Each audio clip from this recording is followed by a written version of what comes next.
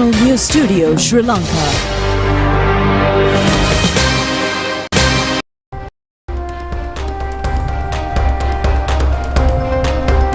Hello there, good evening and welcome to the National News Broadcast. I'm Niket Karunaratne. And I'm Hishayan Ali. Let's have a look at the headlines for tonight.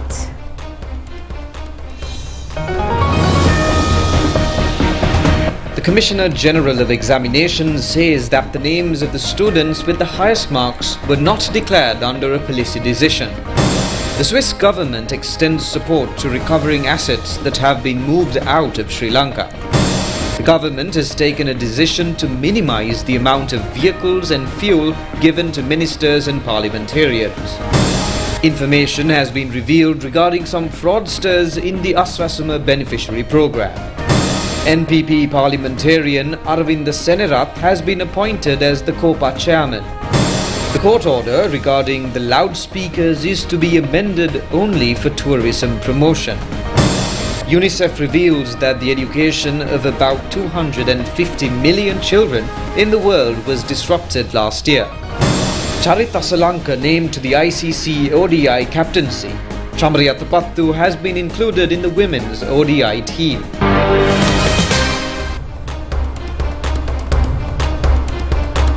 On to those and other stories in detail now. The Commissioner General of Examinations, Amit Jayasundara, says that the students who scored the highest marks in the Grade 5 Scholarship Examination of 2024 has not been published as a policy decision. And in a media briefing held in Colombo today, he further said that prejudice to a certain party in a minimum basis due to the selection process selected in issuing the results. Commissioner General of Examinations Amit Jayasundara says that the students who scored the highest marks will not be publicized as a policy taken by the department, but the highest score of marks can be issued. There is one student who has scored 188 marks as the highest in the entire island, and several other students also have scored marks such as 186, 187 in that order downwards. The awarding of free marks for the 3 questions in the first question paper, which was problematic, has to be mentioned as a method of a solution selected by the department in issuing the results. Accordingly, 8 marks have been awarded to all the candidates. The department has identified the fact that any special benefit has not been gained by to those students who scored highest marks, since those students had already given correct answers. It has also to be mentioned that according to the decision taken regarding the issue, whether any benefit has been offered to any party is in a minimum level.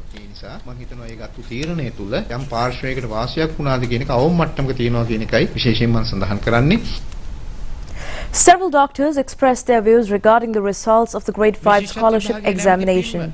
Consultant psychiatrist of the Karapatia Teaching Hospital, Dr. Rumi Rupan, pointed out that the parents and the students have to realize that in case the students were unable to get through the scholarship examination, that it is only another examination. There are many other exams to be faced in the future. The result of other students should never be compared with the results of one's own child. Whenever discussions are taken up regarding the results, it should be handled in such a way that the students will not lose their self-confidence. It is Consultant Dr. Muru Chandra was on the opinion that although the Grade 5 Scholarship Examination is an important one, it will not decide the entire life of a student. Those students who have failed in the scholarship examination, many of them have been extremely successful in their lives. The Switzerland government has expressed its support to Sri Lanka in recovering assets that have been moved out of the country. This was stated at a meeting held today between Switzerland Ambassador in Sri Lanka, Dr. Siri Walt, and the President's Secretary, Dr. Nandika Sanath Kumar Nayaka. During discussions, Ambassador Walt provided guidance on the international measures required for reclaiming such assets and expressed Switzerland's readiness to extend support whenever necessary by providing essential resources and assistance. The discussion also focused on utilizing Switzerland's expertise and technical know-how to assist Sri Lanka's ongoing anti-corruption initiatives. The Swiss government reiterated its commitment to providing technical and financial support for Sri Lanka's priority programs, including the Clean Sri Lanka program. The ambassador additionally expressed Switzerland's commitment to supporting Sri Lanka in addressing social challenges, promoting national reconciliation and assisting with the development of the northern region through necessary aid and resources. And moving on, Minister Harshana Nanayakara says that the government has decided to minimize the amount of vehicles and fuel given to ministers and parliamentarians. He stated this while tabling the relevant circular in Parliament yesterday. Minister Harshana Nanayakara said that the government has to correct some false statements made by certain parliamentarians. At the Parliament debate today, some opposition parliamentarians said that the NPP government has increased the benefit of vehicles and fuel to its ministers and deputy ministers. He said that according to the circular issued in the year 2022, the minister is entitled 3 vehicles and 1,950 litres of diesel. Under the new circular issued this year, the number of vehicles given to ministers and their deputies has been reduced up to 2. He added that the quota of fuel has been reduced to 900 litres. Accordingly, 1,050 litres of fuel have been slashed, and he further said that therefore the allegation levels against the bankrupt opposition politicians are not valid at present. The customs say the container congestion can be minimized in the future. Media spokesman and additional Customs Director General Sivili Arukkoda has made these remarks. Media spokesman and additional Customs Director General Sivili Arukkoda said that about 2,724 containers are yet to be released. The congestion in the container release process is still prevailing. He said that, however, the Customs Department has expedited all the activities within it. The officers serve additional time. He added that the custom expects to work very closely with the other relevant entities to provide a more efficient service to release containers without delay. As a short-term solution, the government has proposed to acquire 2 blocks of land and develop them to park the container carriers. He also said that facilities will be provided to check the goods in the containers. He further said that all possible measures will be used to minimize the container congestion. And in the meantime, Ministry of Economic Development says that information have been received regarding certain persons who engaged in fraudulent activities, stating they will provide Aswasama benefits. The government requests people to be alert about such groups who appear in the guise of the government officials. Collection of information in order to activate the second stage of Aswasama commenced 21st of this month. In this process, government officials gather information through a software visiting house to house. The Aswasama Welfare Beneficiary Board says that after inspecting those information by the committees established on Divisional Secretariat Office, basis selection of beneficiaries has been streamlined. According to the Ministry of Finance, Planning and Economic Development, whenever such a program is in operation, organized groups engage in various frauds. The government informs the general public to refrain from offering money to external parties in order to obtain Aswasama benefits. Stern legal action will be taken against those who engage in activities of this nature. Now, in the meantime, crops in many areas have been damaged by the flood that occurred due to the excessive rainfall. Meanwhile, the Road Development Authority informs that a part of the Tannikumbura Rikilla Gaskada Rakala road will remain closed for vehicular transport since boulders have fallen onto the road there. 4 sluice gates out of the 30 gates of the Rajangane Reservoir are open at present, releasing a water capacity of 5,700 cubic feet per second to the Kala Oya. The road leading to the historic Somavatiya sacred site is still underwater. Therefore, the police have decided to keep the road closed further. A stretch of 4 kilometers of the road has been inundated due to the overflow of the Mahavali River and one of its tributaries. Our correspondent stated that the water level at the Somavatiya sacred premises is gradually receding at present. Over 500 acres of paddy lands in the Sungavila Lankapura area in Polonnaruwa have also been inundated due to the overflow of the Periyaaru River.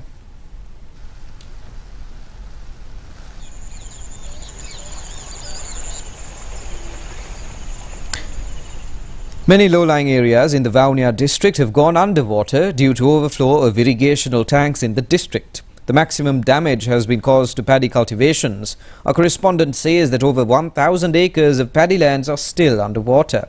Some paddy cultivations that are ready to harvest have also been severely damaged, causing severe difficulties to the relevant farmers.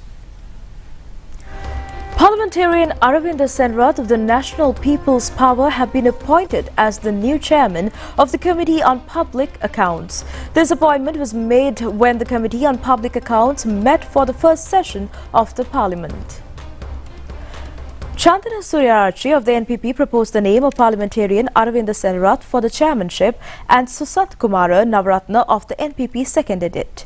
The new chairman said that commitment of all is expected to win the challenge of directing the country towards correct path to get out the huge financial crisis. He further said that activities of the COPA will be achieved impartial and independent manner. He stressed that he will not hesitate to take direct and correct decisions to fulfill public aspirations. The Ministry of Health has taken steps to further expand its services by modernizing all services of the Buralla National Ayurvedic Hospital. Minister Dr. Nalindra Jayatissa had long discussions with the administrative authority of the hospital in order to implement plans. The Buralla National Ayurvedic Hospital provides treatment for more than 150,000 outpatients yearly, and more than 3,500 patients are being treated residently. The hospital, consisting of 11 wards, has a bed capacity of 216, including 87 paying wards. The minister expected the OPD, wards, paying wards, clinical premises, kitchen, Panchakarma unit, including all the other sections of the hospital. An extensive discussion was held with the staff of the hospital and their official problems. Suggestions regarding them and solutions were also looked into. Action will be taken to process a methodology with the assistance of everyone to maintain an integrated treatment service, unifying all the treatment methodologies for the patients. The minister instructed officials to maintain the future activities of the hospital as a qualitative and efficient one by following accurate decisions. And on to more stories here at home. Minister Vijitha Herat says that the existing rules and regulations will be amended so as to allow the tourists to act freely in an enjoyable environment. Accordingly, the orders imposed to stop loudspeakers after 10 p.m. will be amended in future, allowing only to use for tourism promotion. The minister made these remarks participating in an awareness program regarding the employment opportunities in Japan. This program was held today at the Foreign Employment Bureau, and Deputy Minister Arun Hemachandra, Chairman of the SLFBFE, Koshala Vikramasinghe, and several others were present at this occasion. Minister Vijitha Herat said that for the promotions of tourism sector in Sri Lanka, many rules and regulations have to be changed. The government has already initiated legal activities to appoint a National Tourism Commission committee to develop the sector. He said that foreigners in our country face many problems at present. In the night of day before yesterday, while many tourists were enjoying at a hotel premises in Galle, after 10 p.m, the police have gone there and stopped the loudspeakers. He added that then the foreign tourists started complaints and against the government. They had said that the new government has taken measures to stop loudspeakers after 10 p.m. He further said that this story is totally false. Several years ago, the Supreme Court had given a ruling not to allow the use of loudspeakers after 10 p.m. since it may be a nuisance for the general public. He also said that thereafter the police mediate to stop loudspeakers at night under the court's order. This is not a matter caused by the government. Minister Vijitha Herat said that such laws and regulations cause disruption to the promotion of tourism sector. Therefore, the government expects to amend this decision and grant alternative provisions for the tourists to enjoy freely during their stay in the country. Such court orders cannot be changed at once. He said that there is a legal process for such amendments which takes a long period of time. The High Commissioner of Pakistan in Sri Lanka, Major General Fahim Al-Aziz, has observed that the proper time has come to update the Sri Lanka-Pakistan Free Trade Agreement. He made this observation in a discussion with the Minister of Industries and Entrepreneurship Development, Sunil Handunetti, yesterday. Although there has been a free trade agreement between Sri Lanka and Pakistan for a long time, the country has been importing large number of goods such as fish and tiles. The High Commissioner stressed that since opportune time has now arrived to update the agreement according to the requirements of the present day. It has been pointed out that there is an importance of Sri Lanka paying attention to exporting tea and new export items. He mentioned that items such as gems, jewellery, production of boats, ceramics and produces like mineral sand has to be included in the bilateral trade agreement in a way that will benefit both countries. The High Commissioner assured that steps will be taken to direct Pakistani buyers towards Sri Lanka.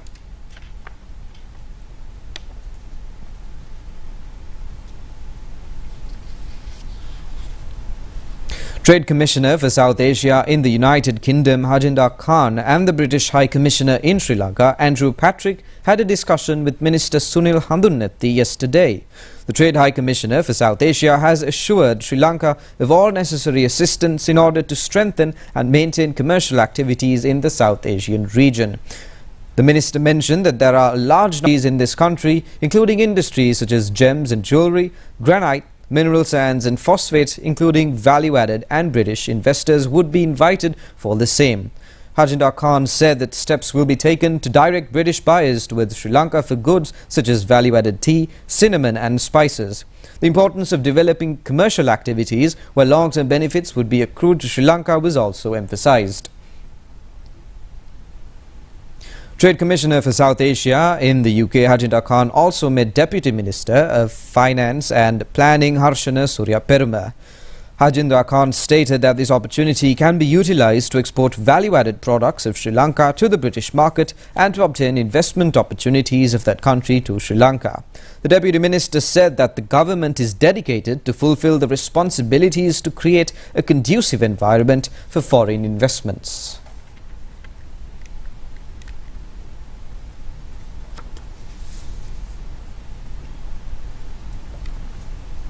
In the meantime, a group of students of Visakha Vidyalaya in Colombo visited the President's office and the Presidential Palace yesterday.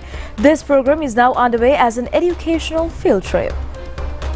This program has been implemented for school students jointly by the President's Office, Ministry of Education and Communication Division of the Parliament. Under this, students are allowed to visit the President's Office, Presidential Palace, Colombo Port City and the Old Parliament building. After visiting the Old Parliament, the students of Visakha Vidyalaya were educated on the history of the Parliament, role of the executive and the concept of rule of law. In addition, both the Visakha Vidyalaya staff and students were informed regarding the Clean Sri Lanka program. The Lanka Nippon Bistic Institute kicked off recently in the new year with a seminar titled Pathways to Success, Insights from Industry Experts on Living and Thriving in Japan. This gathering included current and prospective students and their parents, providing a platform to discuss succeeding in Japan's vibrant professional landscape.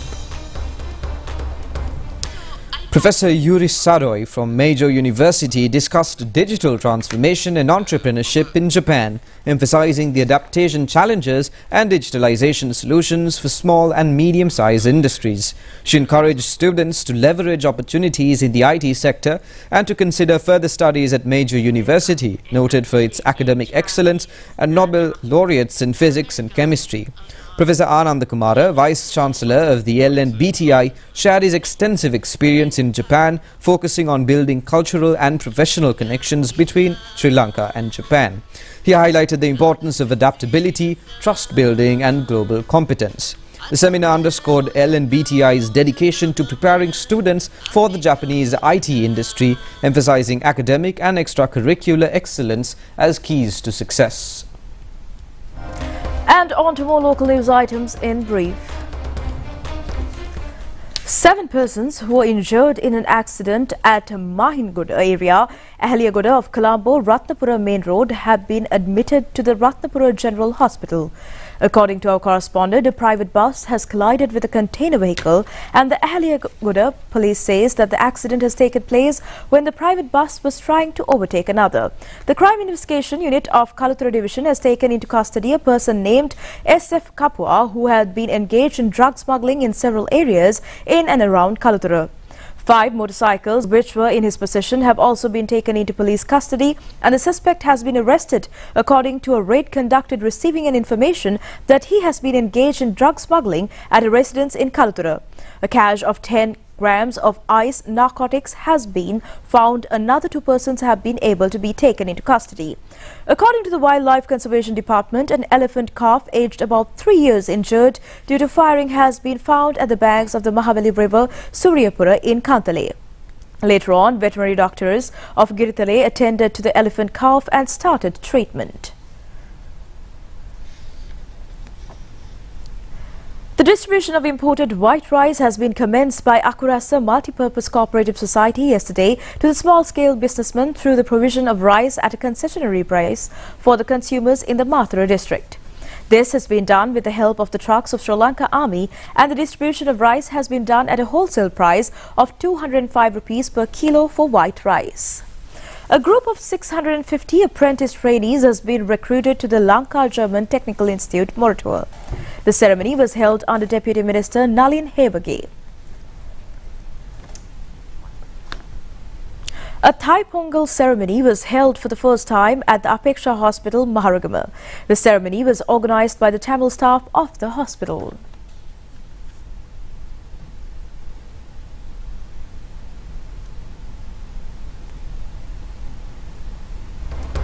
And that's all the news from home. Stay tuned for foreign news coming up next.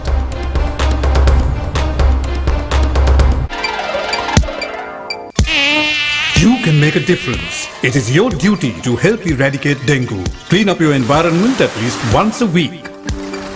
A message from the Dengue Control Unit of the Ministry of Health.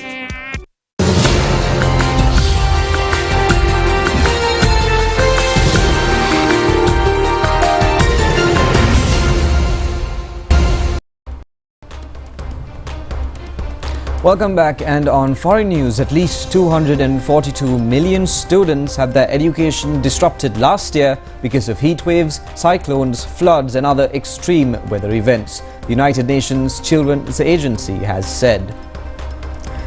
Heat waves were the most disruptive climate event, with Bangladesh, the Philippines and Cambodia experiencing widespread school closures and reduced schooling hours, UNICEF said in a report released today. Afghanistan was among a number of countries to face multiple climate hazards, with the country facing heat waves as well as severe flash floods that damaged or destroyed more than 110 schools in May, UNICEF said. Global temperatures hit an all-time high in 2024, with the Earth's average surface temperature rising 1.55 degrees above the average according to the World Met Organization. UNICEF Executive Director Catherine Russell says that children are more vulnerable to the impacts of weather-related crises, including stronger and more frequent heat waves, storms, droughts and flooding. In total, 85 countries experienced climate-related school disruptions, including 20 countries that saw disruptions nationwide.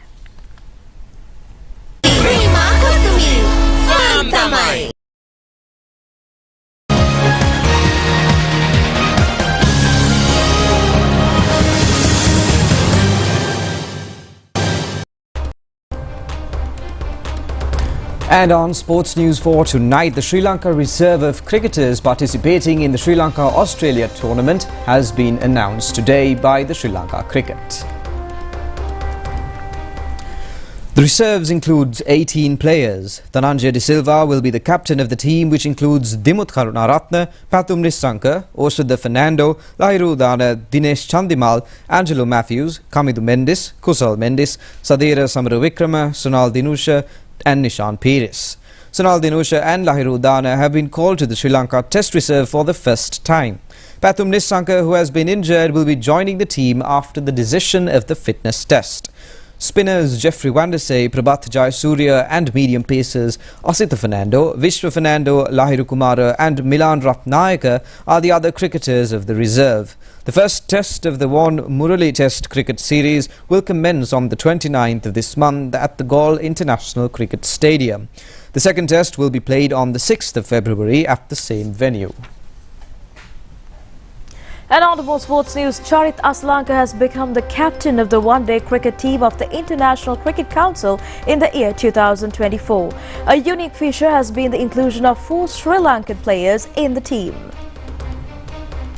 The cricket team of 2024 named by the International Cricket Council includes 11 players. Pathum Nissanka, Kusal Mendis, Charit Asalanka and Vanidu Hasaranga are the Sri Lankan players included in the team. Kusal Mendis of Sri Lanka has been named the wicket-keeper of the team.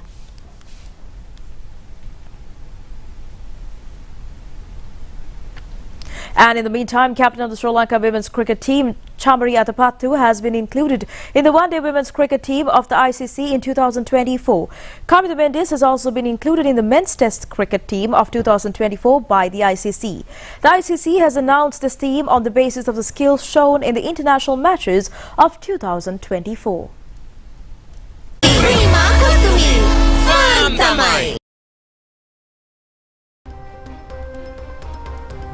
And that's all the news we have for today. Join us again at the same time tomorrow.